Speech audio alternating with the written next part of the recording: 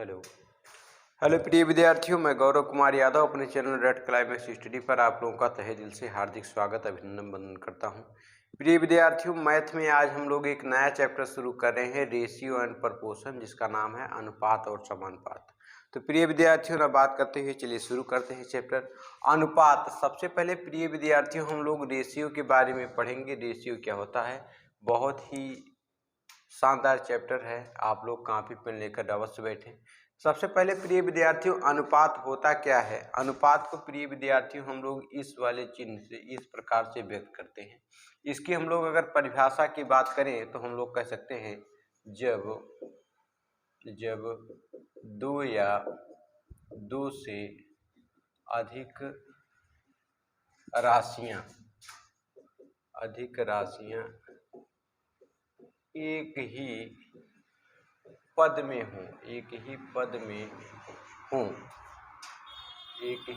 में हों, तो उनका तुलनात्मक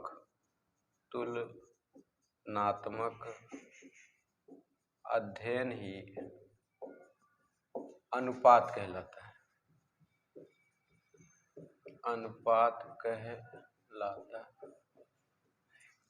इन्होंने कहा प्रिय विद्यार्थियों, जब दो या दो से अधिक राशियां एक ही पद में हों तो क्या कहलाते हैं भैया, तो उनका तुलनात्मक अध्ययन ही क्या कहलाता है, अनुपात कहलाता है। अब आप लोग ध्यान दें, जैसे मैं आपसे कहूं, मैं थोड़ा समझाऊं आपको। जैसे मैंने कहा Ram is taller than Qutub Minar, Ram Qutub Minar से लंबा है, तो क्या प्रिय विद्यार्थियों तुलना हो सकती है? आप कहेंगे नहीं सर, तुलना नहीं होगी। क्यों तुलना नहीं होगी? क्योंकि आप लोग जानते हैं things are two type, first are living things and second are non living things, कि वस्तुएं भैया दो प्रकार की होती हैं, एक सजीव और एक निर्जीव। तो राम तो सर जी सजीव हो गया, लेकिन कुतुब मीनार निर्जीव हो गई, है ना। तो हमेशा जो तुलना होगा जिन राशियों का, वो एक ही पद में होने चाहिए। कहने का मतलब उनकी यूनिट, उनकी इकाई क्या होनी चाहिए, सजीव होनी चाहिए। ठीक है। अगर मैंने कहा Ram is taller then Rohit, तो कोई दिक्कत नहीं। क्यों? क्योंकि राम भी सजीव है और रोहित भी सजीव है। तो कहने का मतलब इससे हमें ये पता चलता है कि जो भी राशियां हैं जिनकी हम लोग तुलना करेंगे, और रेशियो का, अनुपात का मतलब बंटवारा भी होता है, तो बंटवारा तब होगा जब बराबर बराबर हो। बंटवारा कब सक्सेसफुल आपका होगा, सफल होगा, जब दोनों राशियां क्या हो, बराबर हो, है कि नहीं, है ना। चलिए, तो उसी प्रकार से जैसे मैं आप लोगों को एक एग्जाम्पल दूं, अगर मैंने आपसे कहा, एग्जाम्पल फर्स्ट ध्यान से समझेंगे। अगर मैंने कहा कि राम और श्याम दो लड़के हैं, राम की आयु 30 वर्ष है और राम की आयु 40 वर्ष है। क्या है? राम की आयु 30 वर्ष और श्याम की आयु 40 वर्ष है। मैंने कहा तो राम और श्याम की आयु के बीच अनुपात बताइए। तो जो चीजें राम के पास हैं वही चीजें श्याम के पास हैं, कट जाएंगी, वर्ष कट जाएगा, 0 कट जाएगा, बचा क्या, 3:4। तो आप बताएंगे राम और श्याम की जो आयु के बीच अनुपात है कितना है, 3:4 है। ठीक है। तो अच्छा, इसमें हमें कोई प्रॉब्लम इसलिए नहीं हुई क्योंकि यहाँ पर भी वर्ष था, यहाँ पर भी वर्ष था, समझ पा रहे हैं। यहाँ भी वर्ष था, यहाँ भी वर्ष था, यूनिट समान थी, इकाई समान थी। तुलना करते समय यही ध्यान देना है कि इकाई समान होनी चाहिए। जैसे मैं एक क्वेश्चन आपको और देता हूँ। अगर मैंने आपसे कहा राम 18 माह का है और श्याम 3 वर्ष का है, इन दोनों का अनुपात बताइए। तो मैंने कहा राम और श्याम की आयु का अनुपात बताइए। तो आप क्या करेंगे, ये माह में है और ये वर्ष में है, तो आप एक काम करेंगे, क्योंकि आप लोगों को पता है एक वर्ष बराबर होता है 12 माह, एक वर्ष होता है बराबर 12 माह। तो यहाँ पर माह में है, छोटी यूनिट है, बड़ी इकाई है, छोटी इकाई है, बड़ी इकाई है, वर्ष। तो बड़े को, इसको अमीर मान लीजिए, अमीर को गरीब बनाना प्रिय विद्यार्थियों आसान होता है। लेकिन गरीब को अमीर बनाने में समय लगता है। इसलिए आप क्या करेंगे, वर्ष को आप महीने में बदल लीजिए। तो मुझे पता है कि एक वर्ष में 12 महीने, तो भैया 3 साल में कितने महीने, 3 वर्ष में कितने महीने, एक का कितना गुना 3 होता है, 3 गुना। तो भैया एक साल में 12 महीने, तो 3 में कितने महीने, 3 से गुना कर देंगे, 12 3 36 माह। कितना आ गया प्रिय विद्यार्थियों, 36 माह आ गया। अब आप लोग ध्यान देंगे, 3 वर्ष में 36 माह, तो यहाँ पर 18 माह है, तो आप लोग तुलना करेंगे, यहाँ पर लिखेंगे 18 माह और इसके जगह पर आप लोग लिख देंगे कितना, 36 माह। अब प्रिय विद्यार्थियों आप तुलना कर लीजिए, माह माह कट गया है ना, 18 कन्ने 18 और 18 दुनाई 36। कहने का मतलब प्रिय विद्यार्थियों राम और श्याम के बीच जो आयु का अनुपात है 1:2 है। कितना है भैया, 1:2 है। आशा करते हैं एग्जाम्पल्स आपको समझ में आ गए होंगे। चलिए एक आध एग्जाम्पल मैं और लेता हूँ, आप लोग थोड़ा सा समझने का प्रयास करें। बहुत ही दमदार तरीके से मैं ये चैप्टर आपको क्लियर करूँगा। और आप लोग जानते हैं ये चैप्टर अगर आपको रेशियो प्रपोर्शन आ गया तो इससे रिलेटेड ढेर सारे चैप्टर्स हैं जो आप समझ पाएंगे। जैसे प्रिय विद्यार्थियों एक एग्जाम्पल मैंने और लिया, एग्जाम्पल नंबर 3। एग्जाम्पल नंबर 3 क्या कह रहा है, अगर मैं आपसे कहूँ 4 मीटर और 150 सेंटीमीटर का अनुपात बताइए। ठीक है, तो आप लोग एक काम करेंगे, यहाँ पर मीटर दिया है, यहाँ पर सेंटीमीटर दिया है ना। तो आप लोग एक नोट प्रिय विद्यार्थियों लिखेंगे। नोट क्या कहता है, नोट कहता है तुलना करते समय इकाई समान होनी चाहिए, इकाई समान होनी चाहिए। इकाई क्या होनी चाहिए प्रिय विद्यार्थियों, समान होनी चाहिए। कहने का मतलब अगर यहाँ पर भी मीटर होता तुलना हो जाती, या यहाँ पर भी सेंटीमीटर होता तुलना हो जाती। यहाँ पर मीटर है, यहाँ पर सेंटीमीटर है, इसलिए तुलना नहीं होगी। आप दोनों का तुलनात्मक अध्ययन नहीं कर पाइएगा। क्यों, क्योंकि भैया इकाई समान नहीं है। लेकिन आप लोग प्रिय विद्यार्थियों जानते हैं कि 1 मीटर बराबर होता है 100 सेंटीमीटर। 1 मीटर बराबर होता है 100 सेंटीमीटर। भैया ये बड़ी इकाई है, छोटी इकाई है, तो आप लोग बड़ी इकाई को छोटी इकाई में आसानी से बदल सकते हैं, है ना। ऐसा नहीं है कि आप छोटी इकाई को बड़ी में नहीं बदल सकते, बदल सकते हैं, लेकिन आसान होगा आपके लिए कि आप बड़ी इकाई को छोटी इकाई में ही परिवर्तित करें। समझ पा रहे हैं। तो यहाँ पर प्रिय विद्यार्थियों 4 मीटर है, मुझे पता है कि 1 मीटर बराबर होता है 100 सेंटीमीटर, तो प्रिय विद्यार्थियों 4 मीटर बराबर। आप लोगों को कुछ नहीं करना, 1 मीटर का 4 मीटर कितना गुना बाबू, 4 गुना। तो भैया 1 मीटर बराबर 100 सेंटीमीटर, तो 4 मीटर में भी कितने सेंटीमीटर हो जाएंगे, ये भी गुने हो जाएगा, 4 आ जाएगा 400 सेंटीमीटर। कहने का मतलब प्रिय विद्यार्थियों 4 मीटर में कितने सेंटीमीटर आ गए, 400 सेंटीमीटर। तो इसकी जगह मैं लिख सकता हूँ ना 400 सेंटीमीटर, यहाँ मैंने लिख दिया 400 सेंटीमीटर, अनुपात का चिन्ह लगा दिया, यहाँ पर 150 सेंटीमीटर है। आप प्रिय विद्यार्थियों आप लोग तुलना कर लीजिए, सेंटीमीटर सेंटीमीटर कट गया, 1 जीरो इसका 1 जीरो इसका कट गया। अब आप लोग काटिए, 5 8 40 हो गया, 5 3 भाव 15 हो गया, 8:3 बिल्कुल आपका परफेक्ट उत्तर हो जाएगा। ठीक है, आशा करते चीज़ें आप लोगों को विधिवत तरीके से समझ में आ रही होंगी। चलिए और हम लोग कुछ क्वेश्चंस करते हैं,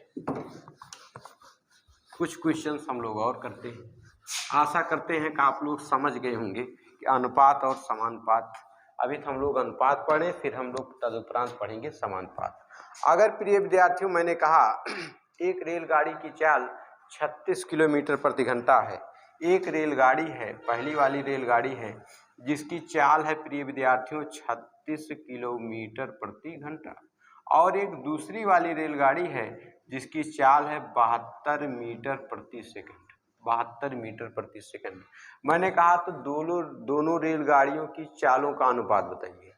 ध्यान से सुनिएगा, मैंने कहा एक रेलगाड़ी की चाल है 36 किलोमीटर प्रति घंटा और दूसरी वाली रेलगाड़ी की चाल है 72 मीटर प्रति सेकंड, तो दोनों रेलगाड़ियों की चालों का अनुपात बताइए। तो इस प्रकार के सवाल को करने के लिए प्रिय विद्यार्थियों हम लोग जानते हैं मीटर प्रति सेकंड छोटी इकाई होती है, किलोमीटर प्रति घंटा बड़ी इकाई होती है। तो तुलना करते समय इकाइयाँ हमेशा क्या होनी चाहिए, बराबर होनी चाहिए। तो यहाँ पर पहले आप लोग बराबर करेंगे।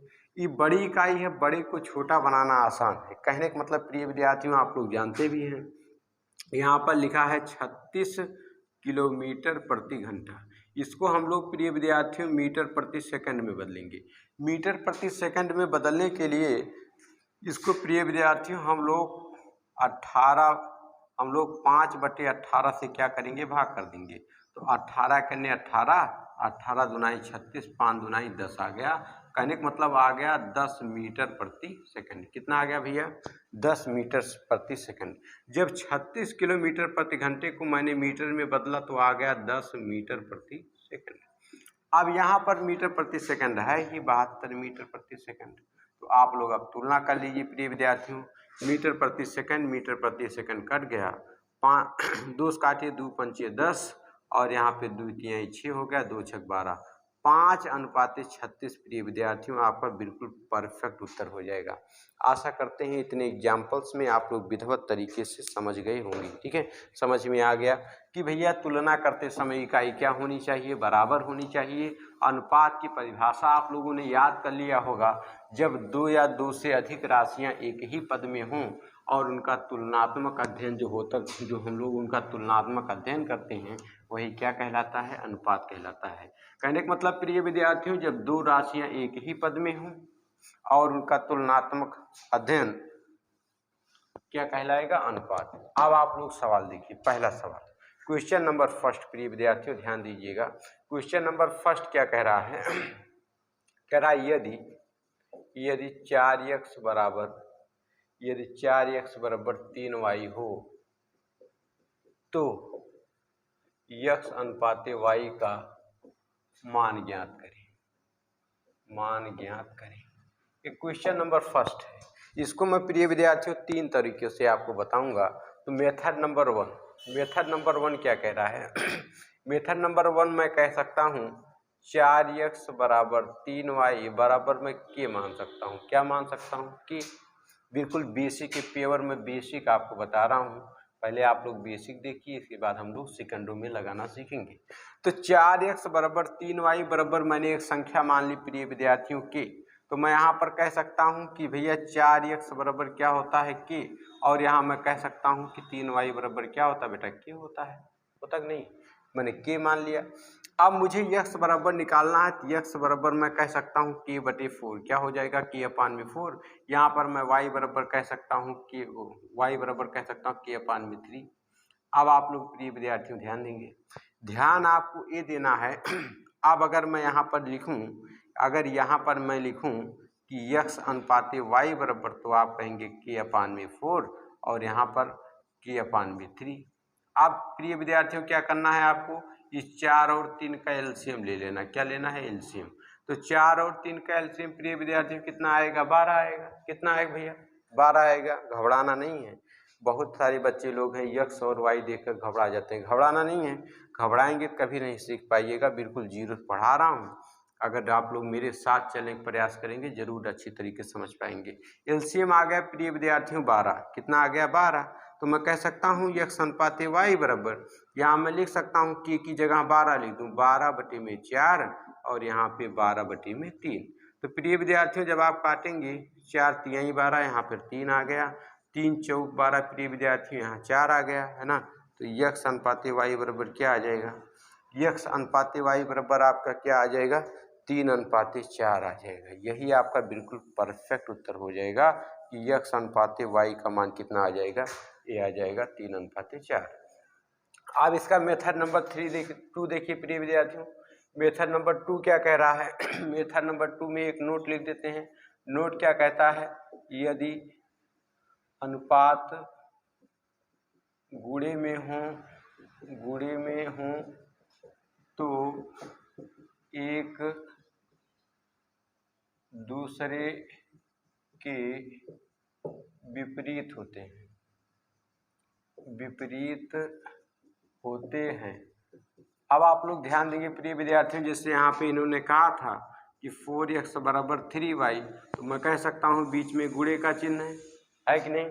बीच में गुणे का चिन्ह है, तो अगर मैं आपसे पूछूं यक्स बराबर तो आप कहेंगे 3, मैं पूछूं वाई बराबर कितना कह देंगे 4। तो इन्होंने पूछा था भैया ये बताइए यक्स अनुपात वाई बराबर, तो यक्स आगे है, यक्स वाला मान आगे 3 और इसके बाद वाई का मान कितना आया भैया 4, उत्तर हो गया।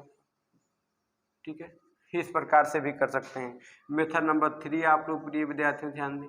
अगर हम लोग तीसरे तरीके की बात करें तो हम लोग क्या कर सकते हैं, हम लोगों को कुछ नहीं करना है। हम लोगों को अगर हम लोग इसको तीसरे तरीके से करें तो इसको हम लोगों को कुछ नहीं करना है, हम लोगों को केवल ये ध्यान देना है कि अगर इन्होंने कहा कि 4x बराबर 3y है ना, तो हम लोगों को कुछ नहीं करना, इस 4 और 3 का ले लेना है एलसीएम। एलसीएम आ जाएगा एलसीएम आ जाएगा 12। तो यहाँ पर हम लोग लिख सकते हैं 12/4 और यहाँ पे 12/3। इसको हम लोग काट लेंगे, 4 तिहाई 12 हो जाएगा, 3 चौक 12 हो जाएगा, ये आपका उत्तर आ जाएगा। ठीक है, इस प्रकार से कर सकते हैं। ठीक है, आशा करते हैं सारी चीज़ें आप लोगों को विधिवत तरीके से समझ में आ गई होंगी। ठीक है, आगे हम लोग चलें। अब हम लोग प्रिय विद्यार्थियों क्वेश्चन नंबर 2 करेंगे। आप लोग ध्यान दीजिए, क्वेश्चन नंबर 2 थोड़ा सा समझने का प्रयास करेंगे। अगर आप लोग समझने का प्रयास करेंगे चीज़ें आप लोगों को जरूर ही समझ में आएंगी, अच्छी लगेंगी, है ना। कापी पेन लेकर आप लोग नोट करते रहिएगा। इसको अनुपात समानुपात का कम से कम मैं 12-15 पार्ट बनाऊंगा, बिल्कुल बेसिक से बिल्कुल हाई लेवल तक आप लोग ध्यान देंगे। क्वेश्चन नंबर 2 प्रिय विद्यार्थियों कह रहा है यदि 2x बराबर 3y बराबर 2z बराबर 4z, यहाँ पर 4 लिखा है, 4z हो तो x अनुपाते y अनुपाते z का मान ज्ञात करें। मान ज्ञात करें। तो प्रिय विद्यार्थियों इस प्रकार के जब भी क्वेश्चन हो आप लोग इसको लगा सकते हैं मेथड नंबर 1। मेथड नंबर 1 क्या कह रहा है, जब भी इस प्रकार से दिया हो x और इस प्रकार से 3y अनुपात यहाँ पे लिखा है 4z, तो इसमें आपको क्या करना है, दी गई संख्याओं का लासा ले लीजिए, एलसीएम। क्या ले लीजिए भैया, एलसीएम ले लीजिए। एलसीएम 2, 3 और 4 का एलसीएम लेंगे प्रिय विद्यार्थियों 12 आ जाएगा। क्या आ जाएगा 12। तो यहाँ पर आप लिख लीजिए x अनुपाते y अनुपाते z बराबर, यहाँ पर हर जगह 12 बटे यहाँ पर 2 कर दीजिए, यहाँ पर 12/3 कर दीजिए, यहाँ पर 12 कितना है 4 कर दीजिए, काट लीजिए, 2 छक 12 6 आ गया, 3 चौक 12 यहाँ पर 4 आ गया, 4 तिहाई 12 यहाँ पर 3 आ गया। तो प्रिय विद्यार्थियों मैं कह सकता हूँ x अनुपाते y अनुपाते z बराबर कितना आ गया 6:4:3, 6:4:3, परफेक्ट तरीके से समझ में आ गया।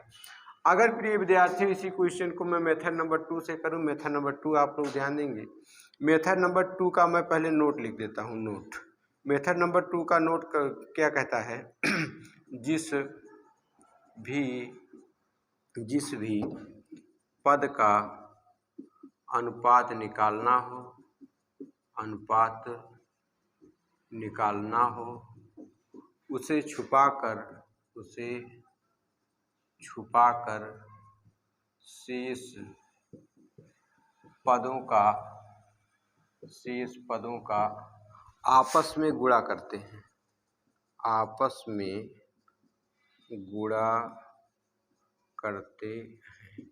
कब प्रिय विद्यार्थियों, जब 3 पद दिए हों। जैसे इन्होंने क्या कहा है, इन्होंने कहा है 2x बराबर 3y बराबर 4z, तो इन्होंने पूछा है x अनुपाते y अनुपाते z बताइए। अब आप लोग ध्यान देंगे, मुझे x का अनुपात निकालना, बाबू x को छुपा लीजिए, इन दोनों का गुणा कर लीजिए, 3 चौक 12, x की जगह कितना आ गया 12। मुझे y का निकालना है, y को छुपा लीजिए, 4 का गुना 2 से कर दीजिए, 4 दूनाई 8। अब मुझे z का अनुपात निकालना, z को छुपाओ, 3 दूनाई 6 आ गया।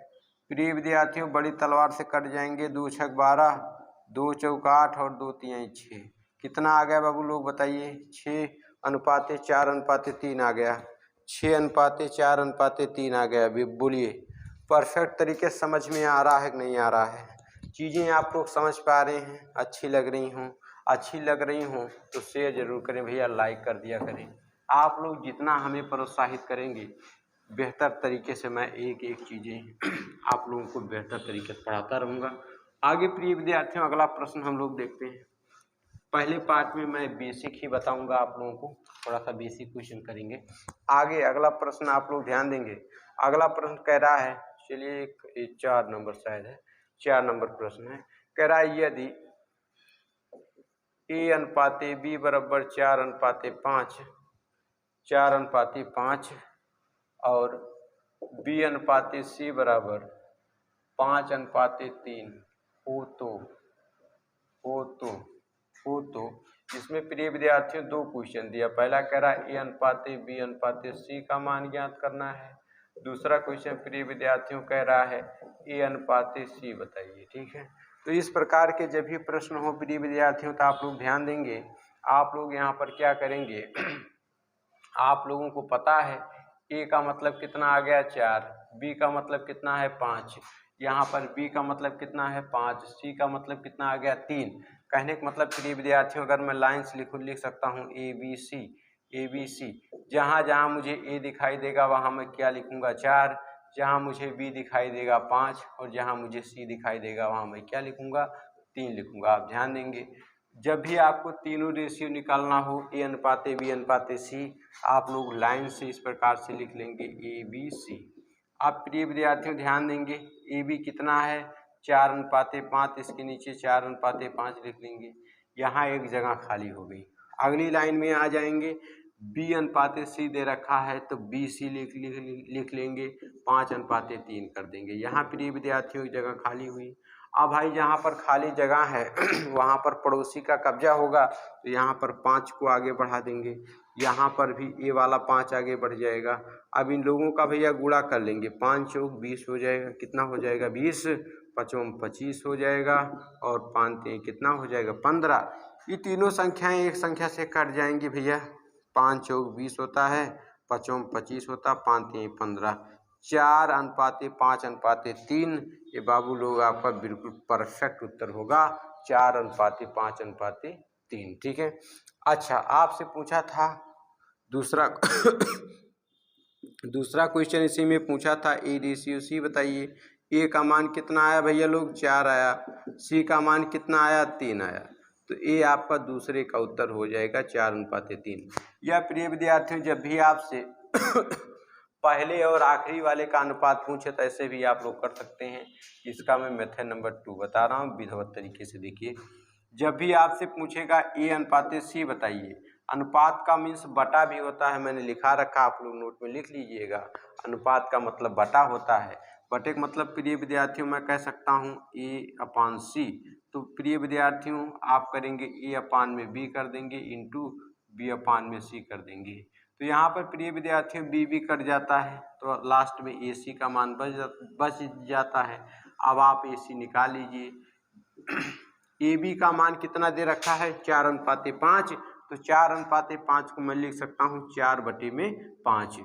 ठीक है, आगे गुणे चिन्ह लगाएंगे। BC का अनुपात है 5:3, तो इसको मैं लिख सकता हूँ 5:3। कितना लिख सकता हूँ 5:3 लिख सकता हूँ। आप लोग ध्यान देंगे, आप लोग इनका गुणा कर लेंगे, 5 चौक 20 हो जाएगा और 5 तिहाई 15 हो जाएगा। काट लीजिए, 5 तिहाई 15, 5 चौक 20। कहने का मतलब प्रिय विद्यार्थियों A/C बराबर आ गया 4/3।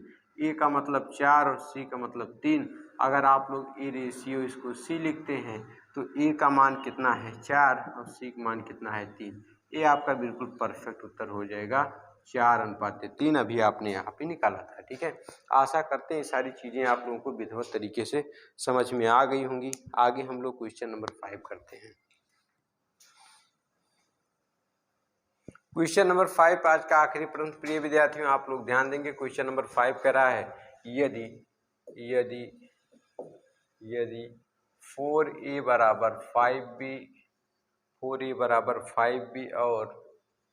और 3B बराबर 5C हो तो पहला question A ratio B ratio C is equal to what, and second question A ratio C is equal to what. आप लोग ध्यान देंगे प्रिय विद्यार्थियों, आप लोगों ने अभी एक नोट पढ़ा था, नोट क्या पढ़ा था? गुणे में अनुपात एक दूसरे के विपरीत होते हैं। क्या पढ़ा था भैया? गुणे में अनुपात एक दूसरे के विपरीत होते हैं। कहने का मतलब प्रिय विद्यार्थियों, बीच में गुणा का चिन्ह है। ए बराबर पूछा जाए 5, बी बराबर पूछा जाए 4, यहाँ बी बराबर पूछा जाए 5 और सी बराबर पूछा जाए तो 3।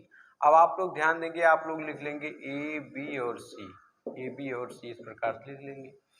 तो ए यहाँ पर मैं कह सकता हूँ, यहाँ पर मैं प्रिय विद्यार्थी इसके लिए कह सकता हूँ ए रेशियो बी बराबर क्या आया? ए बराबर 5:4। कितना आ गया भैया? 5:4।